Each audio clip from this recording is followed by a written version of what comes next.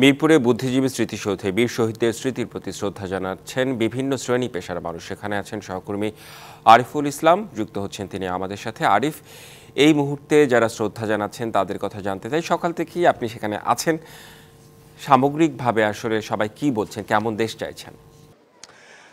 রেদওয়ান, শেষ প্রশ্নটা দিয়েই উত্তর দিয়েই শুরু করতে চাই। সেটা হচ্ছে যে কেমন দেশ চাচ্ছেন, বিশেষ করে নতুন প্রজন্মের কাছে জানতে চাইছি যে আজকের এই দিনটাতে তারা কী ধরনের শপথ নিয়েছেন। তারা বলেছেন যে গণ অভ্যুত্থানের মাধ্যমে দেশে যে বৈষম্যহীন হয়েছে, বৈষম্যহীন যে পন্থা বা যেভাবে ধারাবাহিকভাবে চলার মতো যে শক্তি, সাহস, সেটা কিন্তু সবাইকে নিয়েই দেশ গড়া কাজে অংশ নিতে হবে, এমন প্রত্যয় কিন্তু তারা দেখেছেন বা বলেছেন, ব্যক্ত করেছেন। তো সেক্ষেত্রে আজকের এই দিনটাতে মিরপুর শহীদ বুদ্ধিজীবী স্মৃতিসৌধে সকাল থেকে যে নেতাকর্মী সহ নানা পেশাজীবী মানুষের যে ঢলটা ছিল সেটা কিন্তু একেবারে কমে গেছে।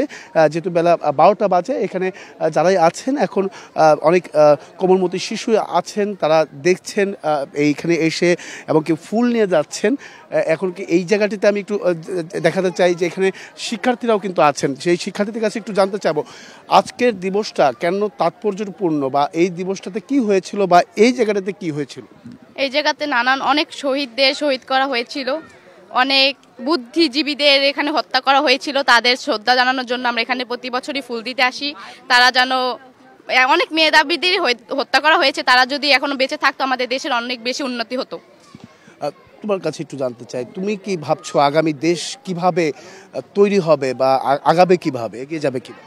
আমরা চাই আমাদের দেশে অনেক উন্নত হোক, আর হচ্ছে সামনে যেই দিনগুলো আসতেছে আমাদের সবারই অনেক শিক্ষিত হওয়া উচিত। আর সবারই হচ্ছে যেই দিনগুলো চলে গেছে, যেমন অনেকেই মারা গেছে, আর এগুলো হচ্ছে আমাদের দেশের অনেক মানুষ আছে, যেমন দেখা যাচ্ছে তারা বুদ্ধিজীবী দিবসে অনেকে আসে অনেকে আসে না, এরকম আমাদের দেশে অনেক মানুষ আছে, সবারই দরকার। যে আমি একটু জানতে চাই যে দেশটাকে কিভাবে দেখতে চাইছো? রেদওয়ান, বিশেষ করে একটি বিষয় জানিয়ে রাখি, নতুন প্রজন্মের মধ্যে এবার যে বিষয়টা হয়েছে সেটা হচ্ছে দেশ গড়তে যে ধরনের পরিকল্পনা নেওয়া প্রয়োজন, আগের মতো সেই ভুলগুলো না করে সংশোধন হয়ে যেই নেতৃত্বে আসুক না কেন, নতুন যেই নেতৃত্বে দেবেন না কেন দেশটাকে, দেশ পরিচালনার ক্ষেত্রে তাতে করে সঠিকভাবে পরিচালনা করে, এবং কি বৈষম্য যে বিষয়গুলো রয়েছে তা এছাড়াও নানা যে অস্থিরতা চলছে সেই সব কিছু দূর করে দেশকে সারা বিশ্বের কাছে আরও একবার পরিচয় করে দেওয়ার যে প্রত্যয়, সেটা দেখার প্রত্যাশা করছেন প্রত্যেকেই। শুধু তরুণ সমাজ নয়, রাজনৈতিক সহ, চিকিৎসক সহ, সাংবাদিক প্রত্যেকে কিন্তু এই বিষয়টা যাচ্ছে যে নতুন করে দেশ গড়তে হবে সবাইকে একসঙ্গে। তো এই ছিল রেদওয়ান, এখান থেকে সবশেষ। রেদওয়ান। আরিফ, আপনাকে অনেক ধন্যবাদ।